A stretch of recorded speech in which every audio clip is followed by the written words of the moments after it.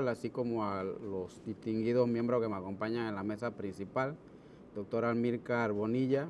en este caso, pues obviamente el organizador del congreso en el que nos encontramos, desafiando los paradigmas jurídicos, el impacto de la investigación doctoral innovadora en el marco de la asignatura Actividad Académica Supervisada 2. Y de la misma manera saludamos a la doctora Nadia Franco Bazán, que nos acompaña y agradecemos por su presencia. De esta manera, pues, el contexto del tema de investigación que nos corresponde, el tema que vamos a hablar obviamente está establecido en función de lo que constituye los datos personales, atendiendo el hecho que básicamente se trata de una normativa actual que entró en vigencia a partir del 2021, una vez aprobada en el 2018.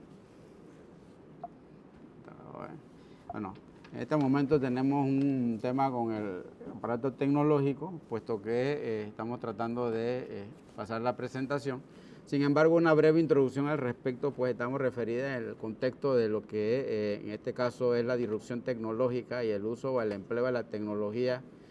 básicamente de información. En este caso estamos hablando de las denominadas TICs y en donde efectivamente pues tenemos una gran situación de en el contexto doctrinal, en donde se da una discusión en razón precisamente de las afectaciones que en muchos casos se están dando dentro de lo que es reconocido como un derecho autónomo, en el caso pues de la protección de los datos personales, y que como tal se trata de una garantía fundamental. En este sentido, para efectos de poder ir avanzando en el tema y yéndonos a un aspecto de un contexto histórico, puesto que cuando hablamos de estos temas generalmente pensamos o analizamos que se trata de algo totalmente innovador, cuando en realidad pues sí tenemos una base incluso, digamos que general, incluso este derecho de un modo general y así tratándolo como autónomo, está consagrado dentro de lo que conocemos como el derecho a la privacidad, a la intimidad, que está reconocido por nuestra Constitución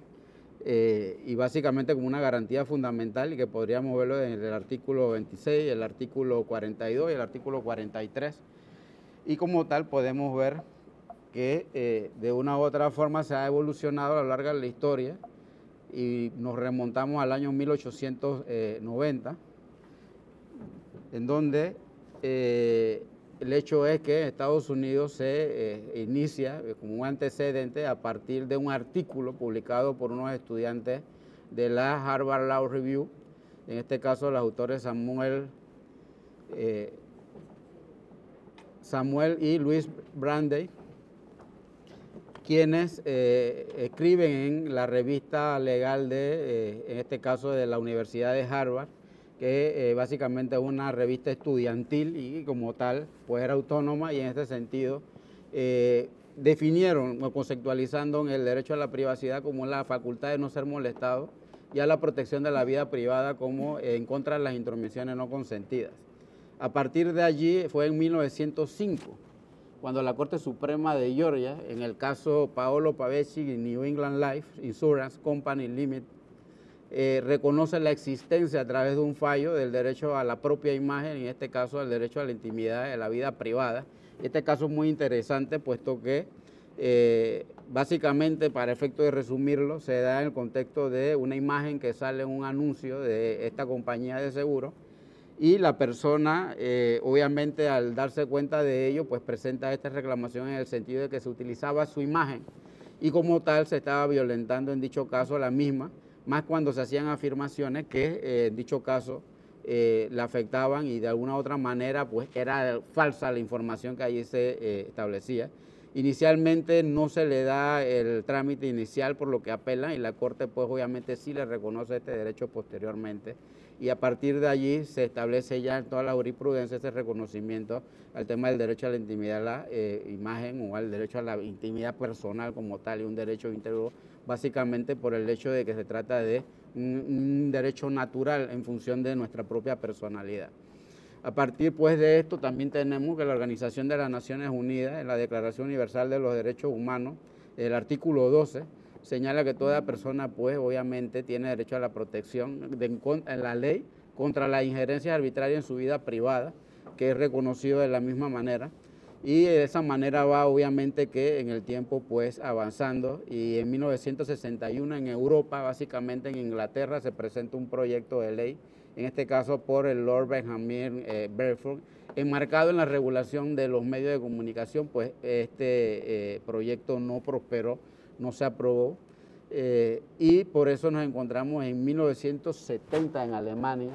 que rige la primera ley en el estado de Hesse sobre protección de datos, en este caso ya sí pues personales. Suecia es el primer estado en 1973 que aprueba una primera ley de índole estatal. Ya posteriormente tenemos un primer convenio de orden internacional en materia de protección de datos personales, en este caso el convenio 108 del Consejo de Europa, que fue el primer tratado como tal. Y posteriormente a ello, pues ya encontramos que la Unión Europea, una vez obviamente generada o creada, se emite la Directiva 46 de 1995, que es reemplazada por el Reglamento General de Protección de Datos, que es el Reglamento 216, en este caso 679. A partir de allí, pues vamos a establecer un concepto para que veamos que este reglamento general sí fue empleado en muchas naciones a nivel general como una guía que ha servido de base para ello. Y por eso lo vamos a mencionar, porque incluso en el concepto de datos personales, si nos vamos a la Ley 81 de 26 de marzo de 2019, lo define el artículo 4 como que para los efectos de esta ley, los términos siguientes, pues se entiende de esta manera: dato personal, cualquier información concerniente a personas naturales que las identifique o las hace identificables. Mientras que cuando vamos al Reglamento General de Protección de Datos Europeo, el artículo 4 también referido a definiciones señala que es toda información de una persona física identificada o identificable. De manera que vemos que obviamente hay una especie en este sentido casi de similitud, porque básicamente pues sirven como tal para efecto de la adopción de esta normativa en muchos países latinoamericanos. En el contexto regulativo nacional, como ya he mencionado, pues la Constitución Nacional, entendiendo de que se trata básicamente también de un derecho que se consagra a partir de la garantía del derecho a la privacidad, ya mencionamos los artículos 26, 42, 43, que básicamente pues allí consagran ese derecho, lo se desarrolla. En la convencionalidad tenemos la Declaración Universal de los Derechos Humanos, a lo que ya nos hemos referido, la Declaración o la Convención Americana de Derechos Humanos, la Declaración, en este caso, de los Derechos y Deberes del Hombre, que consagra este derecho.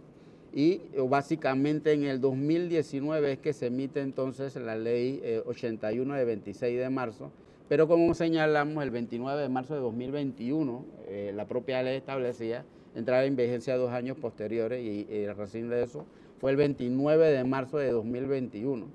Y también se emite su reglamentación a través del Decreto Ejecutivo 285 de 28 de mayo del año referido. Como esta ley fue creada, se establecen dentro de la concepción de las mismas una serie de principios, y en este caso de derechos. Generalmente se reconocen o se denominan los derechos ARCO, pero a la vez el artículo 2, pues, que consagra estos principios, habla de la lealtad, la finalidad, la proporcionalidad, la veracidad, la seguridad de los datos, la confidencialidad, la licitud, la portabilidad, que son principios que se establecen en todo este tipo de textos, y como le mencionaba, pues básicamente también lo podemos denotar de ese texto internacional que es el europeo. Y en cuanto a los derechos, tenemos el de acceso, rectificación, cancelación, oposición y portabilidad. Y cuando hablamos de ARCO, son aquellos que se refieren al acceso, precisamente a tener, pues, en este caso, el derecho a solicitar información y a saber qué información manejan, o el datos personales de aquellos que se dedican al tratamiento de datos o bases de datos, a la rectificación cuando no hay exactitud en los mismos, a la cancelación en el sentido de que obviamente ya ha podido cumplir el fin para el que en un momento dado fueron, pues, en este caso, tratados, al de posición para efecto de oponerse al hecho de que traten sus datos personales, y a la portabilidad para efecto de que sean de una u otra forma, pues, en este caso, digamos que portado, como señala el concepto, para que el mismo sea, pues, en dicho caso, por el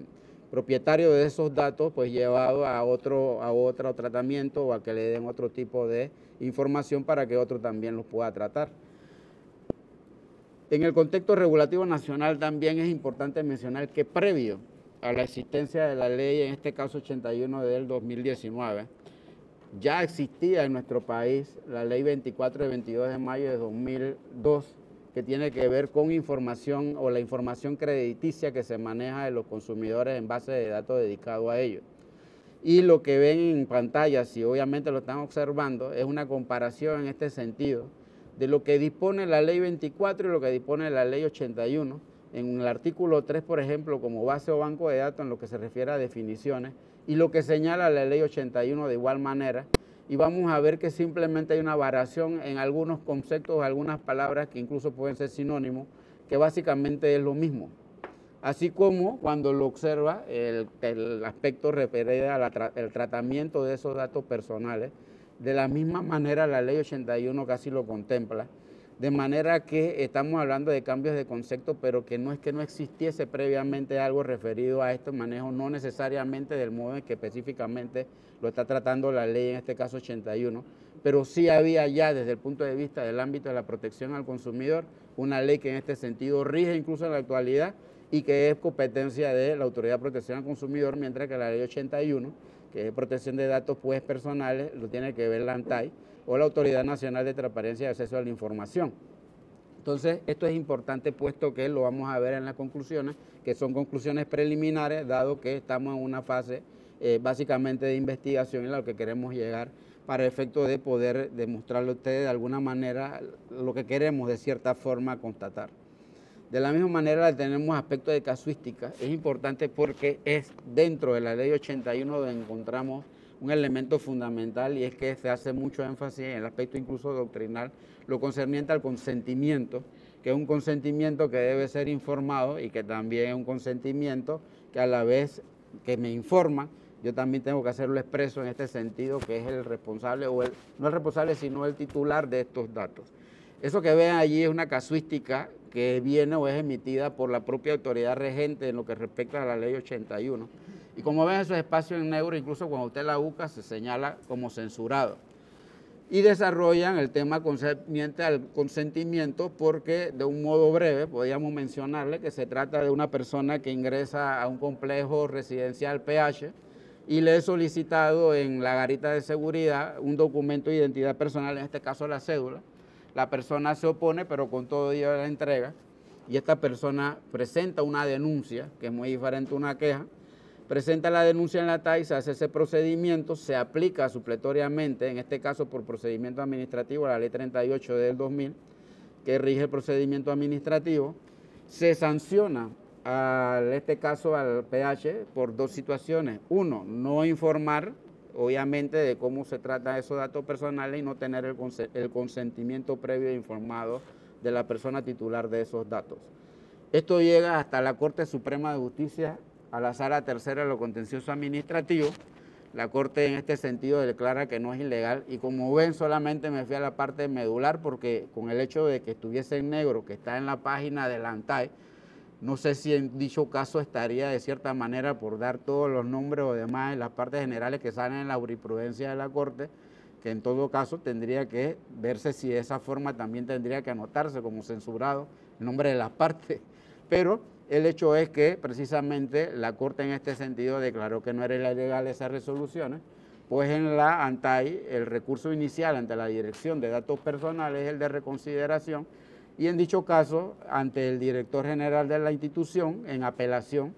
y allí se agota la vía gubernativa. A este PH se le impuso una multa de $4.000 en razón de la gravedad de la falta, y el hecho es que se fundamentó en el aspecto que fuera de no obtener el consentimiento de parte de la persona y haberse informado previamente, tampoco se tenía en este caso ningún tipo de medida para protección de los datos que se habían suministrado en ese momento. Era muy interesante dentro de este contexto verificar una información, y solamente para efecto de que también se vea, por ejemplo en las definiciones cuando hablamos de un dato biométrico, de aquellas características físicas incluso que nos pueden en un momento dado identificar o que nos hacen identificables. Hay un caso que llegó, pero obviamente después la institución, en este caso SINIBE, de una persona, creo que nada más con mencionarlo en el área capital, sabríamos, un político en el área de Boca del Toro.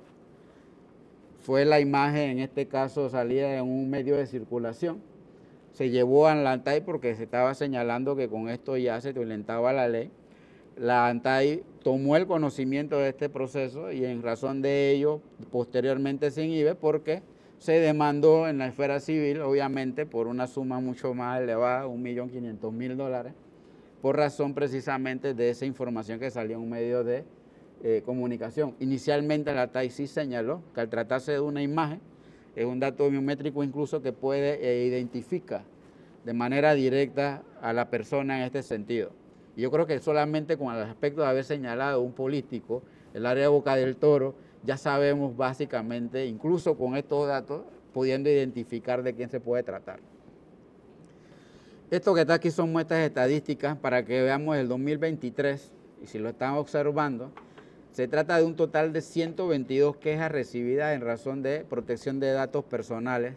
por parte de personas que se han acercado hasta la institución a razón de considerar pues que se le está violentando su derecho, en este caso de sus datos personales. La que le pongo a continuación se trata de una muestra estadística por quejas de historial de crédito y como les mencioné, son del 2002 hasta el 2025, pues obviamente van muchos años. Sin embargo, por razón de la actividad que se regula o lo que en este caso esta agencia de información obviamente tiene regulado con respecto a esta materia, si se dan cuenta, en el 2025 a lo que va son 376 quejas que se han recibido. En el 2024 fueron 1.214 y en el 2023 fueron 948. Entonces, ¿a qué queremos llegar y en qué sentido queremos concluir? Porque precisamente estas conclusiones preliminares nos llevan a algo. El hecho de legislar en un momento determinado y que también da a verlo de cierta manera, es abierta la propia ley 81 a señalar que pueden haber leyes especiales que regulan algún aspecto de, en este caso, protección de datos personales, pero que también tendría que verse de modo supletorio a la ley 81 de esta forma, pues en el caso de la ley 24 no existe tal situación, puesto que es la Autoridad de Protección al Consumidor la que incluso lleva o desarrolla y decide la situación en este sentido, emitiéndose esta legislación posterior a esta del 2002, que de alguna otra manera, al tratarse de datos personales, debió o debiese recoger dentro de esta materia todas aquellas que estén destinadas a este tipo de protección, lo que no ocurre en este sentido. Que en el caso de la protección al consumidor, que es el caso de la Ley 45 de 2007, existe de la misma manera leyes diversas que regulan o regentan materias sobre protección al consumidor. Tiene en este caso la Autoridad Nacional de los Servicios Públicos, la Superintendencia de Bancos de Panamá, la Superintendencia de Seguros y Reaseguros, la Dirección de Empresas Financieras del MISI, el Instituto de Cooperativo, IPACOP. Cada una tiene en este sentido el conocimiento de algunas circunstancias sobre protección al consumidor en razón de la actividad económica que se regenta o se regula. Pero el hecho es que incluso también existe procedimiento totalmente diferente entre las actividades de algunas, también versus la que ejerce la Ley 45 a través de lo que es Codeco. En este sentido, si usted tiene un tema con una entidad bancaria, un servicio público, incluso la Superintendencia de Seguros, primero tiene que presentar el reclamo o la solicitud de reconocimiento de su derecho ante la entidad, que cuenta con 30 días para darle una respuesta. Si la respuesta que se le brinda no es satisfactoria o no está conforme con ello, tiene que entonces concurrir al ente que en este caso es el competente para conocer sobre ello. Y hay que ver entonces dentro de ese ente los recursos que tienen en vía administrativa. Es decir, reconsideración, apelación para poder entonces ir a la sala tercera. Desde el día de ayer hemos escuchado intervenciones muy interesantes desde el punto de vista incluso en lo laboral cuando se hablaba de la tutela judicial efectiva, del hecho de la economía procesal, la seguridad jurídica, lo mismo que vimos con otros aspectos que se tocaron. Pero entonces, desde este punto de vista que estamos planteándole, existen diversas instituciones a nivel administrativo que ven materia que de modo general puede ser visto por una sola entidad y que también es lo que nos preocupa en razón de la Ley 81 sobre protección de datos, que en este sentido implica que deben tomarse medidas legislativas más concretas en modo de aplicación general, pero sobre una sola entidad, en el momento de que una persona, obviamente, por razón de sus situaciones, tenga en un caso que recurrir a una autoridad a efecto de que se reconozcan sus derechos. Y es lo que no ocurre con esto. Entonces, esto es básicamente unas conclusiones preliminares a las que hemos obviamente llegado con razón de este pequeño esquema que le hemos señalado sobre esta presentación, en vista pues precisamente que lo que estamos desarrollando como proyecto de investigación está dirigiéndose básicamente a establecer conclusiones en este sentido y proponer en su momento algún tipo de mejoras básicamente legales, porque tenemos también que ir acordes. Sí, se trata de avances, se trata de algún tipo de formulación legislativa que nos permite decir que estamos de acuerdo a las tendencias actuales. Sin embargo, desde el punto de vista de la protección al consumidor también tenemos que ser conscientes. El empleo de esta normativa básicamente siempre hemos visto es de uso doméstico,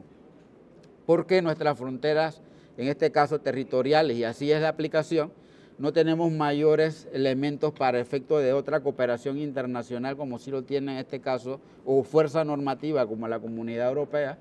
en donde sí rige para todos lo que allí en este caso se regula. Cuando hablaba de, en este caso, el Reglamento General de Protección de Datos, es de aplicación general para todos los Estados miembros. Pero Panamá, en este sentido, no tenemos tal, o en América, dicha normativa que nos permita, con un alcance mayor a nuestra frontera, ver que se le dé una solución a personas que incluso a nivel de lo que es comercio electrónico, a nivel de nuestras fronteras o fuera de ellas, reciben a diario información en sus datos, correos masificados, estafa como vimos en dicho caso, problemas de identidad o suplantación de identidades, porque la vía digital, telemática, en este caso informática, vemos que efectivamente es donde más información se provee y que con un teléfono y solamente un OK estamos proporcionando mucha información. Comentaba porque efectivamente también dentro de las plataformas que empleamos ya usted tiene al lado inteligencia artificial. Vea el Zoom en un momento dado y verá que ahí hay algo de inteligencia artificial, así como su WhatsApp actualmente que dice Meta. Toda la información que usted suministra en un momento determinado, usted la puede también, en dicho caso, solicitar de esa inteligencia artificial y le va a generar con todos los que están vinculados a esa reunión información de todos los que allí participan. Con esto cierro porque el tema y por el tiempo, pues obviamente quisiéramos dar más, pero por razón de ello tenemos que concluir y obviamente esperemos pues que las cosas sean diferentes. Muchas gracias.